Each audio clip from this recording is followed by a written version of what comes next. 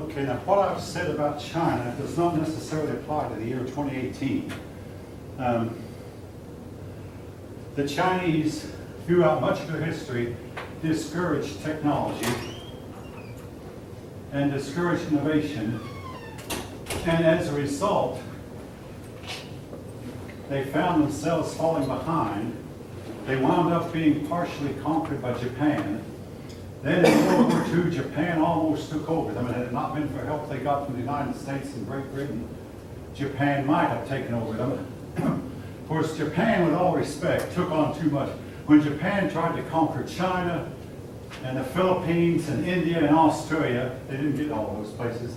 They took on too much and spread themselves too thin. But anyway, China has fell behind, but coming out to 2018, there have been 3 nations that have landed rockets on the moon. The United States, Russia, and China. Israel might be about to become the 4th. The Japanese have a space program, but they've never successfully landed anything on the moon, at least not that I know of. The Japanese have visited comets and taken pictures of comets, but they have not landed on the moon. But anyway, China, now, I've tell you this about China's space program. If we're not careful, they're going to beat us back to the moon, and they're going to set up a base on the moon before we do. And you might say, why is that important? Well, China is, there are now 2 superpowers in the world, the United States and China. And how many of you know which one owns the other one's debt? China owns the U.S. China owns the United States debt. And folks, that puts the United States in a dangerous position, especially when you have a president. I mean, hey, I understand what he's trying to do. He's trying to get us and China on a level playing field because the Chinese have used high tariffs to keep our goods out. But it's a dangerous game he's playing. If it works in the long run, it'll be benefit, but it's going to hurt people in the short run.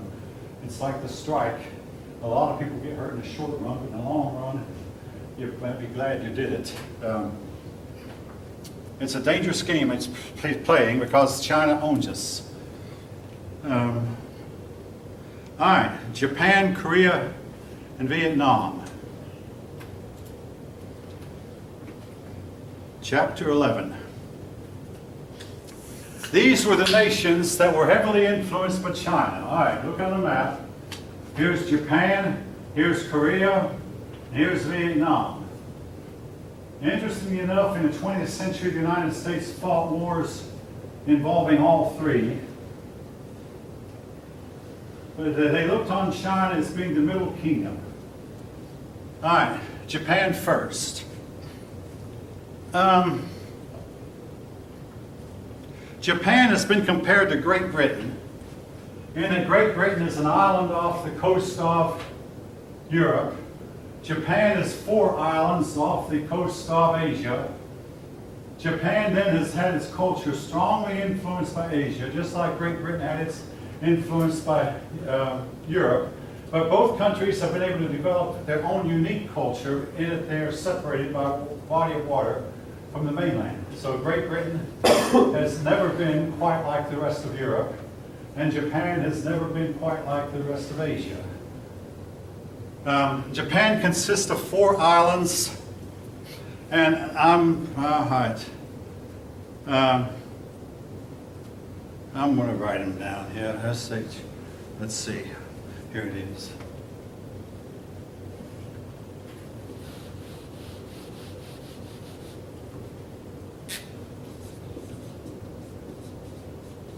Four big islands, a whole bunch of smaller ones.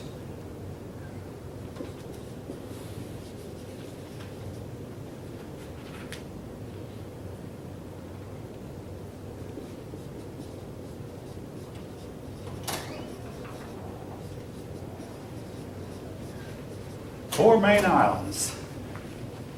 Now, we don't quite know for sure where the Japanese came from. I was to start off with. Japan sits on top of volcanic islands. Now, it's believed that at one time volcanoes were much worse than they are now, and Japan lies on a fault line. All right, by a fault line, what I mean is the Earth sits on tectonic plates, and where two tectonic plates join is called a fault line.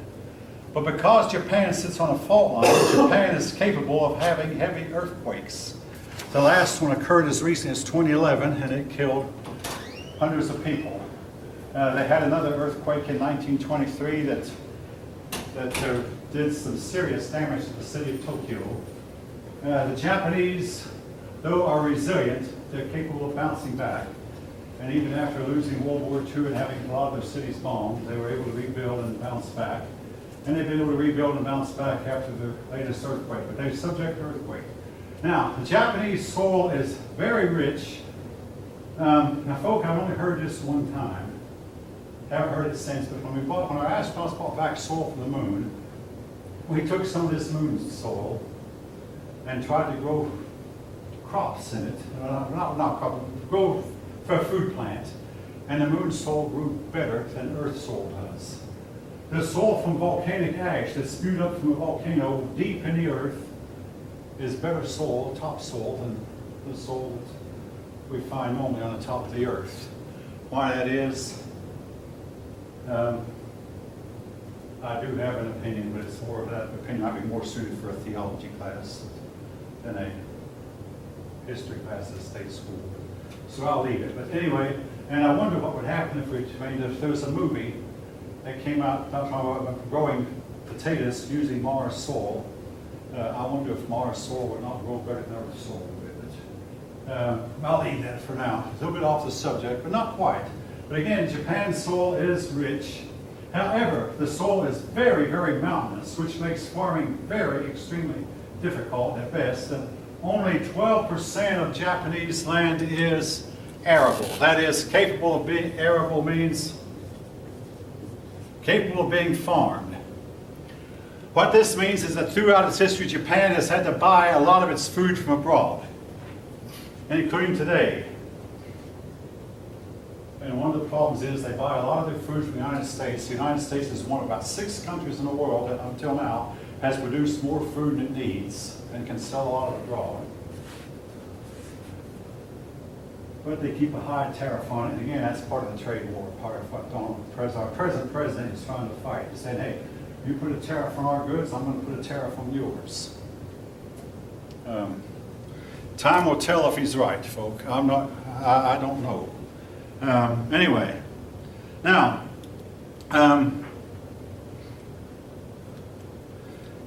the Japanese have a creation myth that states that the world was created when a god and a goddess married, and the world was the offspring of this union between God and goddess.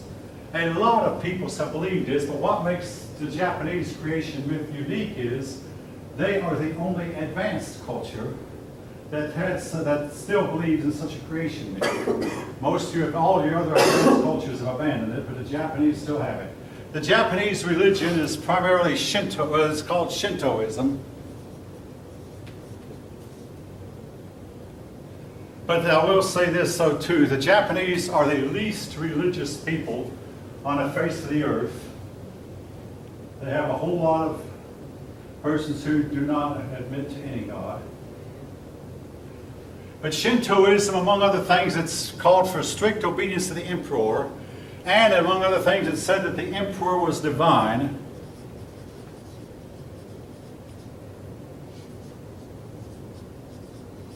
Now, the Japanese have changed this. As part of the peace treaty they signed after World War II, they were told that they should not say their emperor is divine anymore.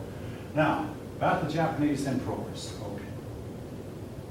Japan is the only country we know where the present emperor can trace his genealogy all the way back to 600 BCE. And accurately trace it back. The Japanese dynasty has lasted more than 2,600 years. You might say, how have they done it? Because most of emperors are mere figureheads. In other words, the Japanese know that you can't become an emperor unless you're born into it. So the emperors maintained a separate existence from the ordinary people and tended only to marry people in their own family. And of course, this created problems with them genetically. They claim that they came down from heaven, but a lot of people who've studied it believe that more likely they came from either Mongolia or China. But their emperors lived in isolation from everybody else in China. And the governments would run and claims lip service to the emperor. Most of their emperors have been nothing more than mere figureheads, which is what the emperor is today. But they do keep time from the reign of their emperor, and this they still do.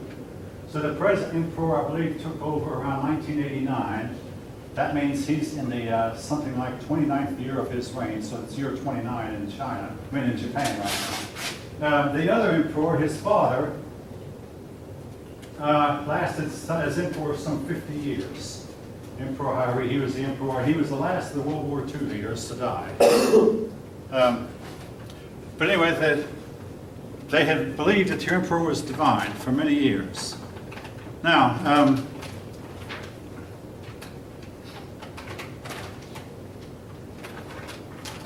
rice began to be grown around 400 CE, and that made Japanese farming change a lot.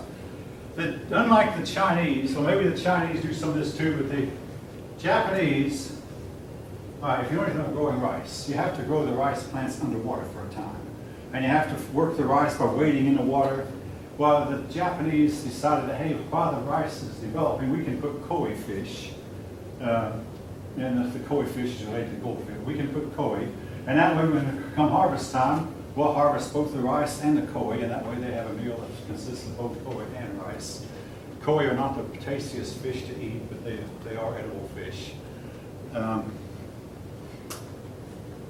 Anyway, they grow the rice, they grow the koi in their rice paddies. The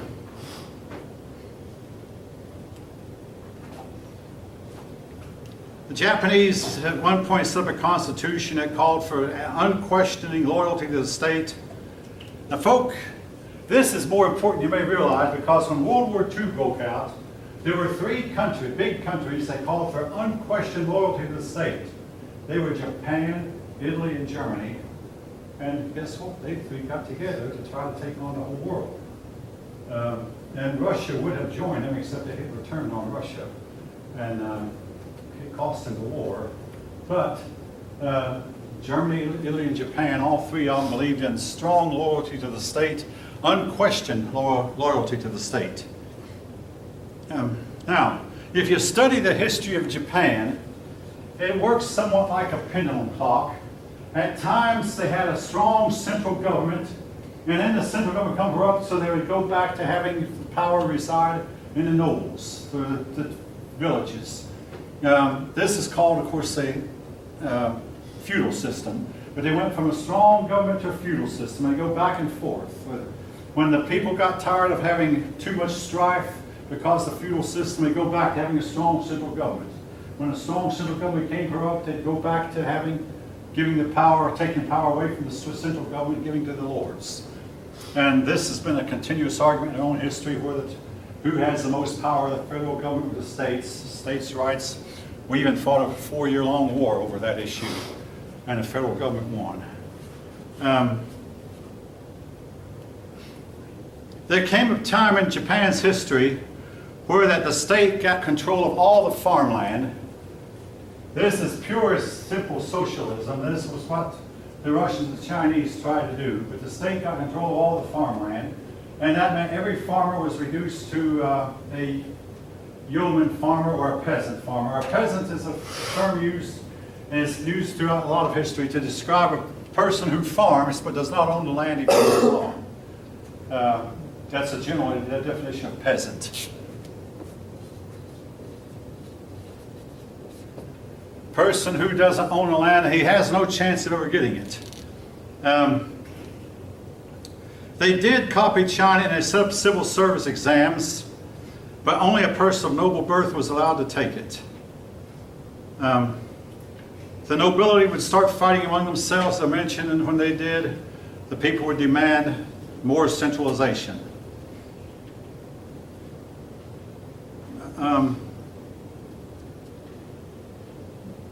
The Mongolians tried to conquer Japan. I've already mentioned how Kublai Khan set a fleet of ships. The fleet met with a gale or divine wind, that destroyed the fleet. And Japan was never conquered until the United States conquered it in 1945 and forced them to give up their role, the role that the emperor was divine. And the United States still occupies Japan to this day. Their U.S. troops are still there, just like the United States troops are still in Germany. Not in Italy so much, because Italy executed its leader and switched sides late in the war. Germany, their leader committed suicide in the case of Japan.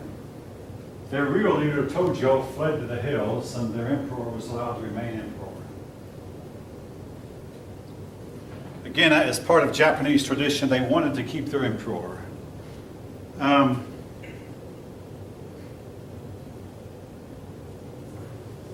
Buddhism tried to make inroads into Japan. Buddhism, of course, as we know, started out in India, spread here to Southeast Asia, but also spread into China and came to Japan from China. Buddhism did make some inroads into Japan, but not very much. Both the Chinese and Japanese kind of frowned on foreign religions, and Buddhism was a foreign religion. And so the Japanese did not embrace it.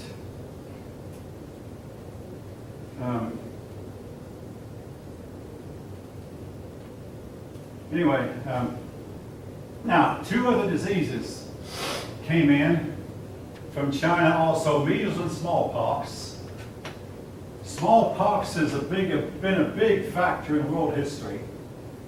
And when smallpox came to Japan, the Japanese had a little bit of resistance to it. The Japanese do not have very many cattle, owing to 2 things. Number 1, farmland is scarce. Very scarce. And number 2, what land there is very hilly, and cattle do not do all that well on extremely hilly land. So the little land they have to use to grow crops. Now, why, you might say, why is cattle important? Because persons who have a lot of cattle have resistance to smallpox. The Africans had a lot of cattle, they resisted it. The Indian people had a lot of cattle.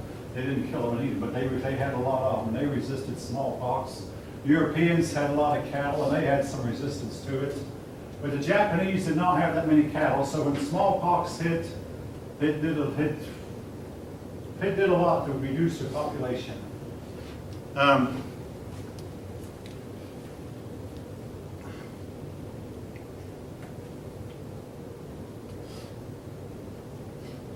A lot of Japan's wars have been civil wars, fighting among themselves, one island fighting another, one nobleman fighting another. They eventually developed the samurai.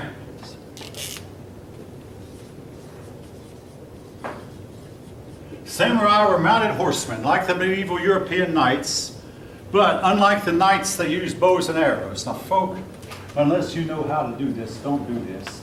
But the Japanese samurai learned how to shoot an arrow accurately while their horse was galloping at full gallop.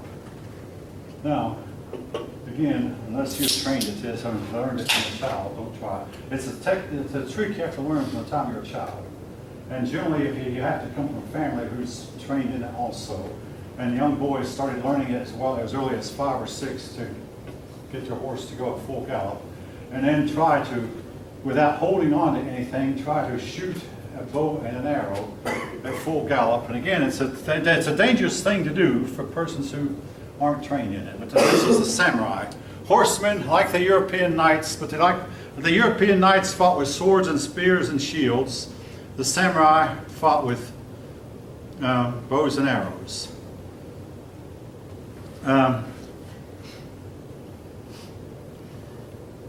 Now,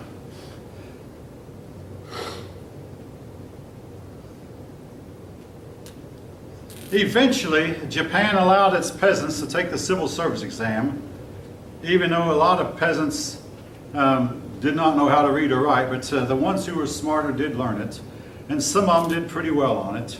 But the civil service exam was only open for the peasants, it was only open for small, lower level government jobs. A peasant could not work his way to the top. All right. Religion, again, Shintoism is their main religion. Shinto, it emphasizes loyalty to the emperor. It also emphasizes personal cleanliness. The flower, I mean, they oftentimes decorate their dwelling houses with flowers, decoration, beautifying their landscape. The tea ceremony, very popular. In other words, the Japanese, instead of growing grass like we Americans tend to do, I mean, we have flowers in our yard. They would not grow grass so much as they grow flowers in their yard. And they would tend to their flowers along with tending to their koi and their rice. The tea ceremony, and this is very similar to Great Britain, where that they drink a lot of tea, even as the British do. Some years ago, they wondered why so many Japanese men got throat cancer and women didn't. It was because the men were expected to drink the tea first, but the tea still had to be hot when the women drank it. But by the time the women got around to drinking it, the tea was greatly cooled down, whereas when the men drank it, it was much too hot, and the men developed throat cancer, much more so than the women did. But today, they have solved that. The men do not drink the tea when it's too hot to be drunk. All right. Now, oh yes, something else. Linked verse. And again, this is a foreign word, so I'm going to haiku. Japanese linked verse. Now, the reason I mention it, well, for me, some of you might see it on the test. Basically, it consists of 3 lines, and somebody might can tell me how many syllables are in line 1 and how many are in line 2 and how many in line 3. I don't remember, but it's a haiku. Now, the reason I remember it is when I was a junior in high school, the teacher assigned us to write a haiku poem. Maybe it was my lack of creativity, but I couldn't do it. But it seems like what I know studied since about haiku poetry is that it would tend to start you out going one way, and all of a sudden the 3rd line jerks you and sends you going the other direction. That's typical of the haiku poem. But there's like, I believe it's like 5 syllables in the first line, 5 in the second, and 7 in the third. But if any of you know any better, your input is welcome. But basically it's syllabic. It's linked verse, typical of their type of poetry. All right, linked verse, haiku. Now, something before I leave Japan, something I must say. I mean, I was talking to a man just 2 days ago about this. I'm going to jump to the 21st century. Today, in the 21st century, the Japanese are dying out. After World War II, like everybody else, they had a baby boom. I mean, I was a war baby. My father before me was a war baby from a different war. But when soldiers return home, they frequently have lots of children. In the case of the Japanese, though, they stopped their population boom earlier than anybody else did, because they saw they had nothing in their religion against not only killing the babies before they were born, they would even kill babies after they were born. I mean, they had no qualms about it. Well, what has happened is they've reared up a generation of young people, particularly young women, who don't have any interest at all in marriage, in sex, in babies, or any of that stuff. And unless they change your ways fast. Now, when I said this to one class, the young girl sitting right there said, but all the men are interested in is pornography. And I had to say, Jim, it's good. Dying is still dying. Everybody's dying, going to die. But I'm talking about dying whether you die without children and your whole ethnic group dies with you. So that's what's happening in Japanese right now. A couple years ago, they told that Japan was selling more diapers now for old people than it is for babies. And Japan has a very graying population, and their babies are rare commodity. Yeah. Isn't that worldwide that the populations are? In Japan, it's worse than anywhere else. But it's yes and no. There's one place in the world where the women are averaging 8 babies per woman. Oh, Yeah, that place. Yeah. Yeah, that place, and they'll take over. But yeah, Japan lost 100,000 people in World War II. Due to More the than that, bomb. actually lost a whole lot more than that. Yeah, so Lost that's more than a a big- million. yeah, that's But, see, again, what happens with wars? Now, wars do not destroy an ethnic group. People will come home from the war and have more babies than what were killed in the war. Except Japan didn't. All the radiation there too. Well, that only are two little cities. I mean, that's not, the excuse is practicing birth control, infanticide, and abortion. Not to mention now, they're doing even worse than that, and that the young people don't even want to get married, and particularly young women. So in other words, it's not the radiation, it's not the war. I mean, the war was over 70 years ago. Yeah, but they dropped the bomb. Yeah, killed 70,000 in one city, 70,000 in another. That sounds like a lot to you, but actually it had millions of people. Yeah. But okay, I'm trying to tell you, that's not the reason they're dying. It's the same reason all of the Western civilization is dying. Same thing. And the Japanese are the worst case scenario. And unless they change their ways pretty fast, they're all going to be gone from old age. And again, unlike other places in the world, they don't like foreigners to come in. They don't welcome foreigners. All right, having said that, I'll move on. Korea, here's what I remember about Korea. Korea has at times gone back and forth between China and Japan. The Japanese got it, the Chinese got it. Korea has been mostly divided, and guess what? Go to the year 2018 and Korea is still divided. Now there's talk about unifying Korea stronger than ever. The president of North and South met just less than about a month ago, and the northern president crossed to the south legally, and the southern president crossed to the north legally. They met on the border, and they thought that there was quite some movement. Korea has been divided throughout most of its history, and they've been influenced by China on the one hand and Japan on the other. And they've had a lot of wars go back and forth. Religiously, they're a lot Buddhist. They did develop Confucianism. They developed a civil service exam. Now, Shintoism did not make any headway at all outside of Japan. Shinto did not make any headway into Korea, and Shinto did not make any headway to Vietnam either. So the practice of Shinto didn't get to these countries, but Confucianism did, but mostly their religion is Buddhism. Now, I've got to jump to 2018. I've heard that the most Christian nation on the face of the earth right now is South Korea. On any given Sunday, a higher percentage of South Koreans attend church than of any other place in the world. And the biggest churches in the world are now in South Korea. Some of them even bigger than, bigger than the biggest mega churches we have. Anyway,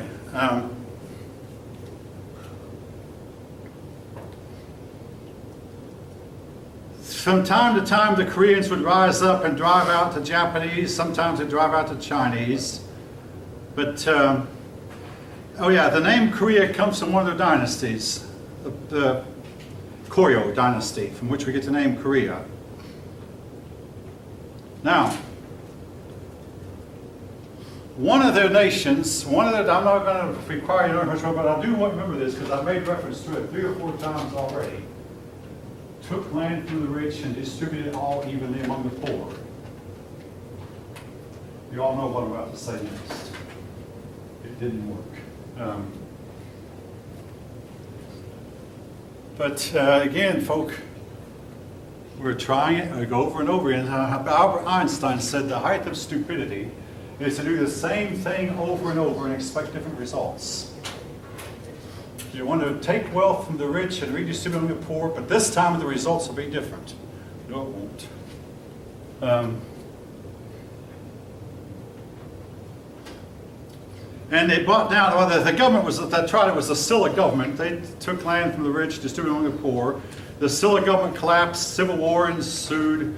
From this emerged the Koryo dynasty, from which we get the word Korea. The Koryo dynasty was destined to rule Korea for 400 years.